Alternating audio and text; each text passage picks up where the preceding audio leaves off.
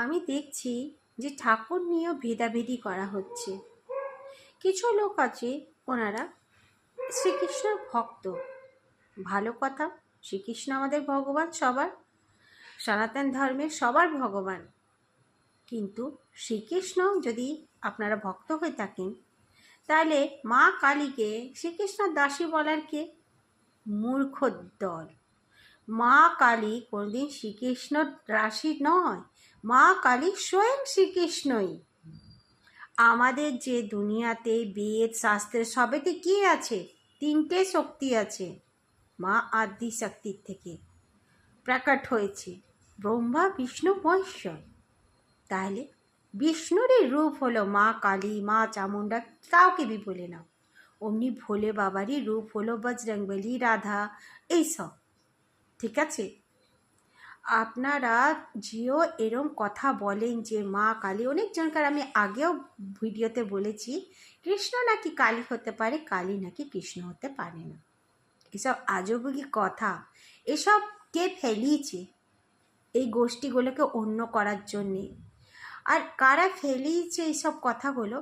যারা ভীষণ নীচ মনের, নীচ প্রকৃতি মানুষ, তারা এসব ফেলায়।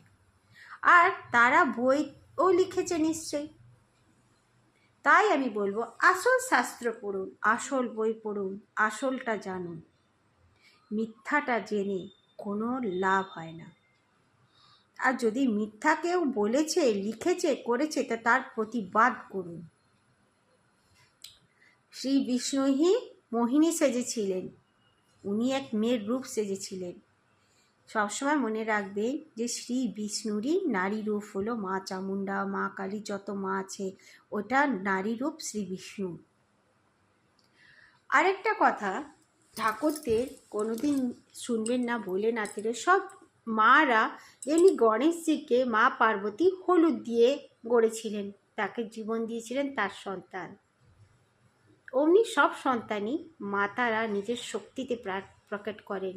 ইয়া বাবারা মহাকালকে যেমনি কেউ রুদ্রাবতার, ওনার আশু থেকে কিছু অমনি প্রকট করতেন। ওনারা কোনোদিন গর্ভবতী হয়ে, ইয়া তো আমাদের মতন বিয়ের পরে উনি যেসব ওই করে প্রকট করেনি, জন্ম দেয়নি, ওসব আমাদের প্রভুদের নিয়ম নয়। যেটা জানেন না সেটা বলবেন না, ঠিক আছে? জেনে বুঝে কথা বলবেন।